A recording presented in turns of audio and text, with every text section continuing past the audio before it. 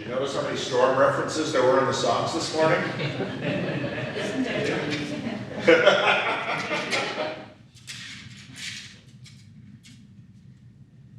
Last week, we looked at Jesus, the master of heaven and earth. He disrupts the Galilean status quo kingdom. He draws a crowd, but suffers from no audience capture. He stills the storm.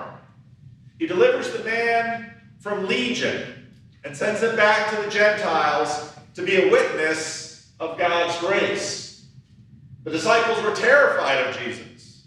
The people who lost their pigs down into the Sea of Galilee were terrified of Jesus. Last week, Jesus was large and frightening. But there are few terrors that grip parents like the loss of a child.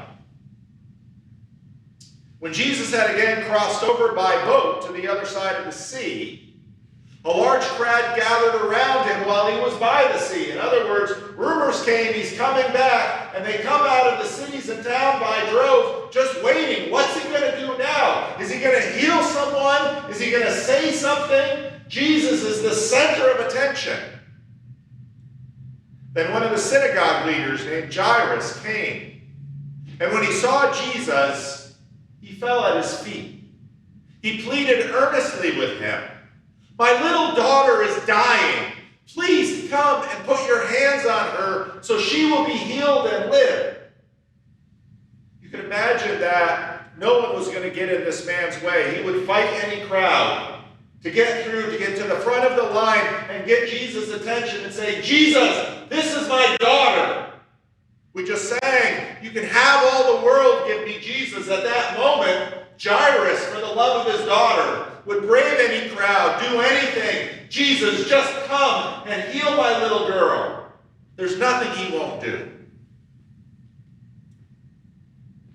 Now this reminds me of a song that actually we referenced in a verse that we referenced in the song today with Lazarus. If Pete didn't know I was putting this in here.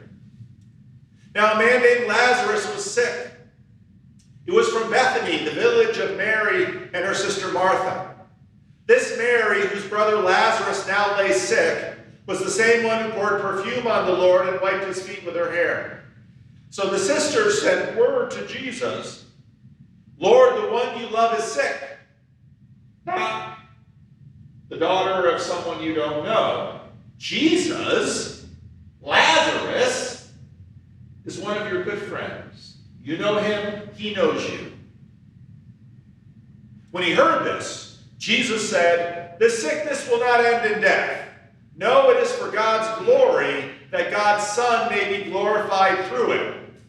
And even if you just think about that and you know the story, you might say, how does Jesus use words? Now, Jesus loved Martha and her sister and Lazarus. So he went. So when he heard that Lazarus was sick, he rushed right away to heal him. Some of you said, well, Pastor, you stopped reading. So when he heard that Jesus was sick, he stayed where he was 2 more days. He stayed where he was 2 more days so that Lazarus would die. So that Mary and Martha would be stricken by grief. You have to say, was that nice, Jesus? Do you know what Mary and Martha suffered? Now, Jesus, when he gets to the tomb, Jesus will weep and he'll be angry. But he's not angry at the fact that he intentionally took 2 more days to get to Bethany. Jesus knew what he was doing. And then he said to his disciples, let's go back to Judea. Now we have a different situation. Father, daughter, sick, dying. Jesus has been away on the other side of the lake doing who knows what. He doesn't know. He's just heard the rumor that Jesus is coming in. So he rushes with the crowd to the edge of the Sea of Galilee, and nothing is going to stop him from getting Jesus' attention. So Jesus went with him. Right away, didn't wait. A large crowd followed and pressed against him. I sort of get the image of an elevator. Have you ever been in an elevator with too many people and you're just kind of, when I was in London for my last trip, I had 2 big bags with me and I'm in this subway and I'm just crushed up against everyone. And then my stop came and I thought, well, I hope people are going to forgive me for this. And I just plowed through and got out that door. Nobody liked it, but everyone understood. And a woman was there who had been subject to bleeding for 12 years. You have to know that once news got out that Jesus in Capernaum is relieving people of their demons and healing the blind and healing the lame and healing the sick, like we saw a couple of weeks ago, the text said it, people came from Judea, they came from Tyre and Sidon, they came from the Decapolis that we talked about last week, the 10 cities. They came from everywhere, people who had an illness, and how many times on Sunday morning don't we talk about the fact that you go to the doctor, and here now we have medical technology and science and all of these things, and nobody can tell Pete what's going on with him. And Richard, he had to be taken off a pill. And Lily, first she was in for the diverticulitis, and then she had to be in for everything they did to her in the hospital. We all understand this. And this woman had been subject to bleeding for 12 years. Now, for most of us, that sounds like, yeah, there's a problem there that you should definitely see a doctor. But what we don't understand is that in our men's group, we're reading through the book of Leviticus. And last week, actually, we bumped into the text where if you actually accidentally touch something that defiles you, you have to go and do a sacrifice over at the temple, or you have to pass through a ritual bath or a cleansing or something until you can rejoin community. Even if you go back in the Old Testament and you go to the story of David and Bathsheba, a lot of moderns are like, why is Bathsheba taking a bath and David looking on, peeking in from his castle? And what does that have to do with Bathsheba getting pregnant? Oh, well, if a woman has her period, she then has a period of ritual defilement because there's an issue of blood. And then after her period, she has a bath, which cleanses her, and now she's no longer defiled, and she can practice religion with the rest of the community. So women had to endure that once a month. But this woman had it constant for 12 years, which meant, like the leper, she was cut off from the rest of her community. She could no longer live a normal life. I thought about putting some incidences because every now and then you'll hear something, usually coming out of Israel, that, well, if you have a particularly observant sect of Judaism, they don't want to sit on an airplane next to a woman or sit in seats where women have sat because there's a possibility of ritual defilement, and then yada yada, and on this stuff goes. But this woman's life had been tremendously disrupted because of her medical issue. She had suffered a great deal under the care of many doctors. And again, some of you can listen to that and say, yes, I suffered a great deal under the care of many doctors. And spent all that she had. And some of you will say, yes, I went to the doctor and I spent all that I had. Yet instead of getting better, she grew worse. And when she heard about Jesus, she came up behind him in the crowd. Think about that subway. Think about first Jairus makes his way through the crowd. He's a man, he's got more strength. This woman has probably been avoiding crowds because she's going to defile everyone she touches. But at this point, she doesn't care. She's probably from a different town. She makes her way through the crowd, trying to get to the front. And she touches his cloak. because she thought, if I just touch his clothes, I will be healed. Now, where on earth she got that idea? Actually, in some ways, maybe she got it from the book of Leviticus, because, of course, if someone just touches her clothes, they are defiled. And what they've seen from Jesus is that he's sort of like that sacrificial altar. He's sort of like the fire on the altar that the animal goes into, and the animal is destroyed. But maybe with Jesus, this whole defilement thing works in reverse. So maybe if she could just touch his clothes, somehow, some way, her life will change. And so she works in through the crowd, and she just gets close enough and touch. Immediately, her bleeding stopped. And she felt in her body that she was free from her suffering, but she's still in the middle of the crowd, so she's probably just backing away. And once Jesus realized that power had gone out from him. Now, this is an incredible study, if you like theological terms, in the complexity of consciousness in Christology. Because Jesus heals this woman, and now we don't know if Jesus is, because we've seen before, this will not end in death. She's asleep. We'll see Jesus use words in these ways. But he seemingly, sincerely says, power's gone out of me, unwittingly. He turned around in the crowd and said, who touched my clothes? And now the disciples are like, what? What do you mean, who?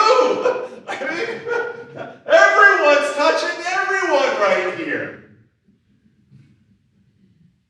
You see people crowding around you, his disciples answered, and yet you ask, who touched me? Now think of it from the woman's point of view.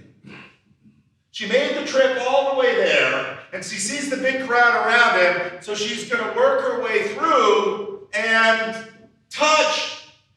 And now she has the same experience that the disciples had last week, that the members of the town who owned the pigs had last week, that if this man is so powerful that even just touching his garment can cure something that he doesn't even know about, that has been plaguing me for 10 years, if he turns and says, you picked a miracle out of my pocket, what's he going to do to me?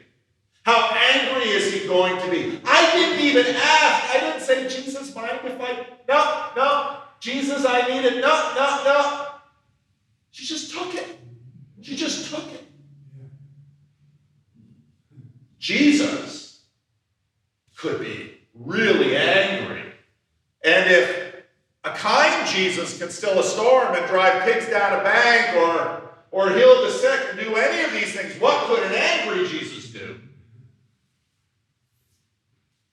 But Jesus, looking around to see who had done it, then the woman, knowing that what had happened to her, came and fell at his feet. Remember just a minute ago, Jairus was falling at his feet.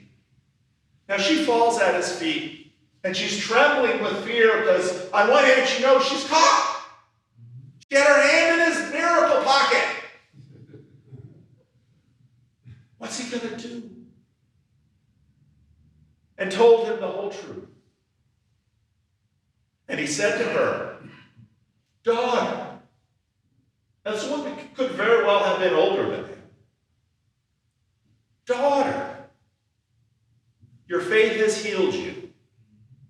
Go in peace and be freed from your suffering. This is one of my favorite stories in the Bible because it shows Jesus' power and it shows his love. So what we talked about last week, these diverse excellencies. He can still a storm. And now he's energized by a father pleading for his daughter.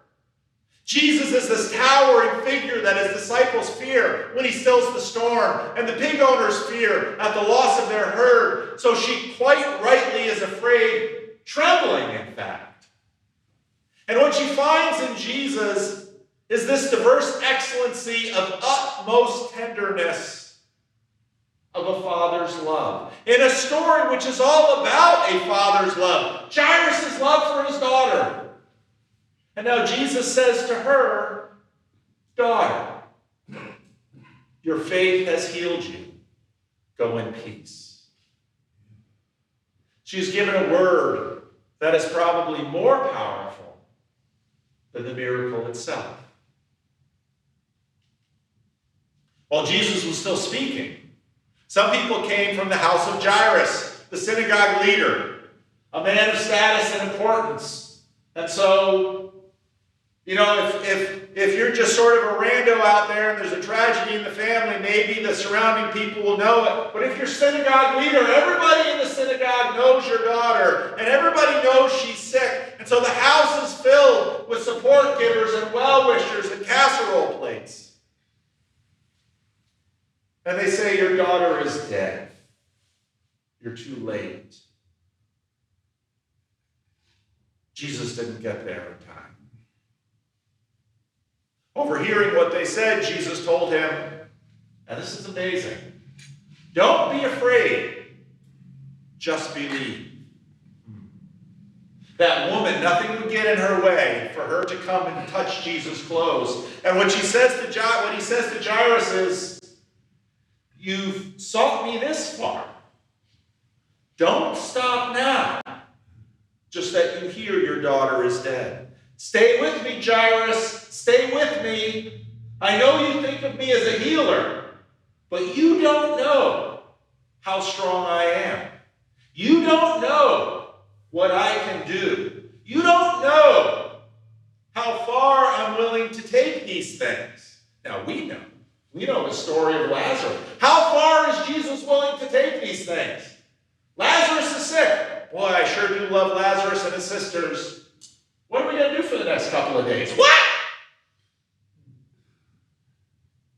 You don't know, Lazarus. You don't know, Jairus. Hang in there with me. Don't be afraid. Don't let fear stop you. Just believe. Did you see that woman? Just believe. He did not let anyone follow him except Peter, James, and John, the brother of James. The crowds are already out of hand. When they came to the home of the synagogue leader, Jesus saw a commotion with people crying and wailing loudly. And he went in and said to them, why all this commotion and wailing? And again, you just think, Jesus uses words sometimes and sets the stage. Jesus knows what's going to happen. She's dead. Everybody knows she's dead. They're all mourning. Is he trying to sort of add a little cover? What's Jesus doing? And I think, again, if you read through the Gospel of Mark, often you get Matthew and Luke who seem to use Mark. I think this stuff comes from Peter. Peter is just reporting what he saw. Peter can't necessarily make sense of it, but it's stuck in his mind. We go into this house, and everyone is wailing, and Jesus says the craziest thing. He says, why all this commotion and wailing? What do you mean, why all this commotion and wailing? We all got here to support the family, and now we got word that she's dead. What else would you expect us to do? The child is not dead, but asleep. What? So they laugh at him. And we don't even know what kind of laughter it is. Because sometimes things are so bad and things are so hard, you're all out of tears and all you can do is laugh as relief or absurdity. And you don't know what to do. But remember, Jairus, don't be afraid, just believe. You're going to have to get through this moment of hearing that your daughter is dead. You're going to have to run this gauntlet of all the mourning and weeping in your crowd. Follow Jesus through this storm and get into this little room. After he put them all out, he took the child's father and mother and the disciples who were with him and went in where the child was. And he took her by the hand. Now again, We just see that as, we don't even think about it. Remember how the woman who was defiled touched Jesus and became healed? So if you go back to the book of Leviticus with the men's group, and you read those early chapters, if you touch a dead person, you are ritually defiled and you have to go make a sacrifice. Jesus is going to touch a dead person. And guess what? He's not defiled. Guess what's going to happen? You know what's going to happen. And he said to her, and this is so tender, Talitha cum, which means, little girl, I say to you, get up. Have you ever read the book of Genesis? When God says, let there be light, and there is light. And let there be a firmament between the waters above and the waters below, and there's a space. Let the ground bring forth animals, and then they're there. And let the seas bring forth living creatures, and then they're there. Why do Jesus' Jewish disciples, who, contrary to every other culture in the world, says people are not gods, after they say Jesus, they start to think, not just who is he, but what is he? Talitha cum. Immediately, the little girl stood up and began to walk around. She was 12 years old. At this, I mean, you almost don't even need the next sentence. Everyone in the room just doesn't know what to think. But it's not a storm. It's not pigs. It's terror. And it's delight. She's alive. And she's not just, the story is careful, and it's not just kind of like, no. She's up, and she's walking around. She's not just a little alive, she's healed. And he did this with a word. He gave strict orders not to let anyone know about this. And every time I read that, I think, so did you tell them she was asleep just to kind of keep a little cover? Because I tell you, when she walks out of that room, the parents and the disciples are not going to be alone in their astonishment. Trust me.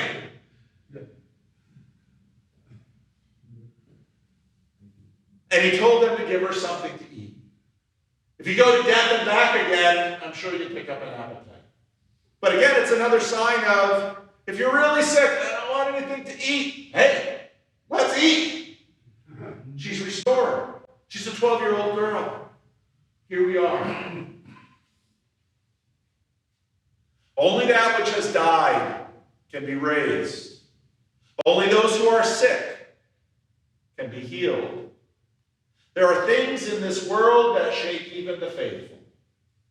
There always are. One person said to me recently, we were talking, because, now I'm on this crazy thing called the internet, and I'm talking to people of I don't care how many different persuasions, and a lot of people are used to be in church, not in church anymore, and they say things which, they make a lot of sense. I understand. I don't believe there is a good God because children die.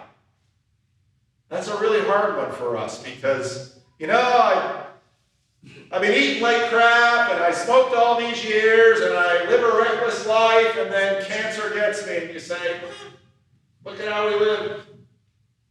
But a kid, they didn't do anything to deserve this. And then they suffer and die. And the parents grieve. And everybody says, this is pointless. I get it. I get it.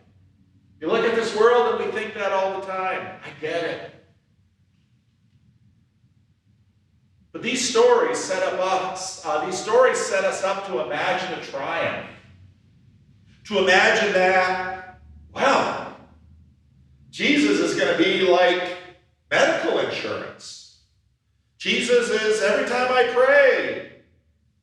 But then you live and you're in a church and children still die. Isn't Jesus the kind of Messiah that will heal all our infirmities and raise all our dead? When we ask, right away, so that we don't have to suffer? Isn't this still a world where children are robbed of life and parents robbed of children through no fault of their own?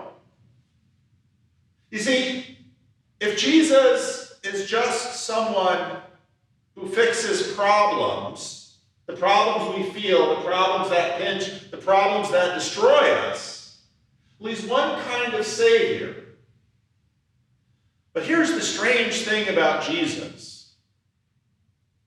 He gets crucified.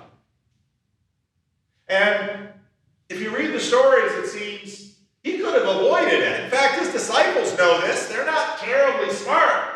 But when they're up in Galilee and Jesus says, we're going down to Judea, and his disciples say, I didn't read that. It's the next verse actually in John 11. The disciples are like, are you out of your mind? If you go down to Judea, they're going to kill you. And then if you read in the Gospel of Luke, he says, we're going down to Judea. And his disciples say, they're going to kill you. And Jesus says, this is what's going to happen. I'm going to be arrested, taken into the hands of Gentiles, and killed, and God will raise me in 3 days. And the disciples don't say, oh, okay, let's go and let's do this. They don't do that. They don't want to go, but they go. And everything that Jesus says happens. And then you would think they would pause and say, now, remember, he told us we're going to go down here, and he's going to be arrested, and he's going to be killed, and he's going to be raised in 3 days. So let's all go and sit around the tomb and welcome him back. Do they do that? No. Who's there? The women. Why are they there? What do they have in their hands? The embalming. Even the women, the only ones who show up at the tomb, they don't believe it either. It tells you something about our belief structures. What kind of Savior do we need in such a world?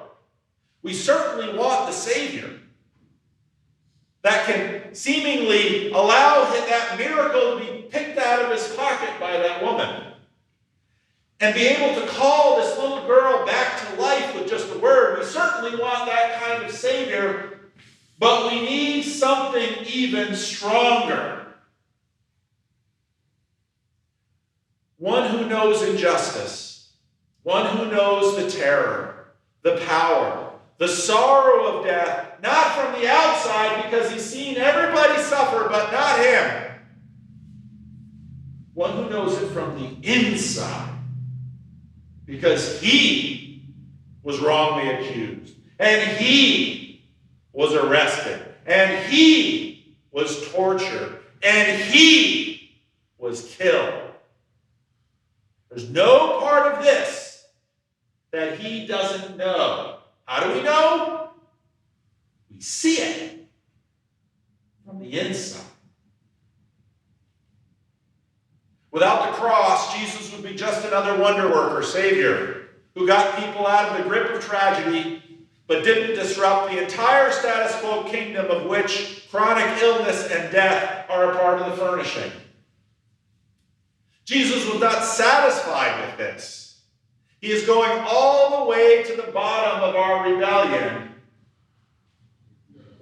and lift us up because we can't save ourselves, even from ourselves. There's the story. There's the whole story. And it's placed in our lap. And it's laid down there for us. And what do we do with it? So Jesus tells his disciples, says, look, we're going down to Jerusalem. I'm going to be delivered into the hands of Gentiles. I'm going to be killed, and in 3 days I'm going to be raised again. And not one of them bothers showing up at the tomb.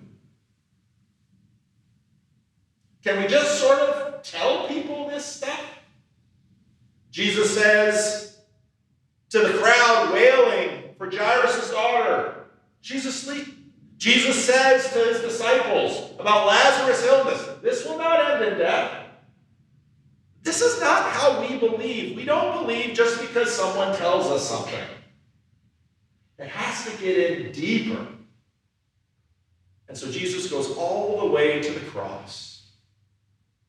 He descends into hell and is raised on the third day. There's the story. There's Christianity right there in a little package. You've all heard it before. But then how do we live it? Well, you imagine both the power, the terror, and then also the mercy. Daughter, your faith has healed you. Talitha, cum. All of that comes together. And how does Jesus want us to remember? Well, yeah, you need the pastor to talk about it a little bit.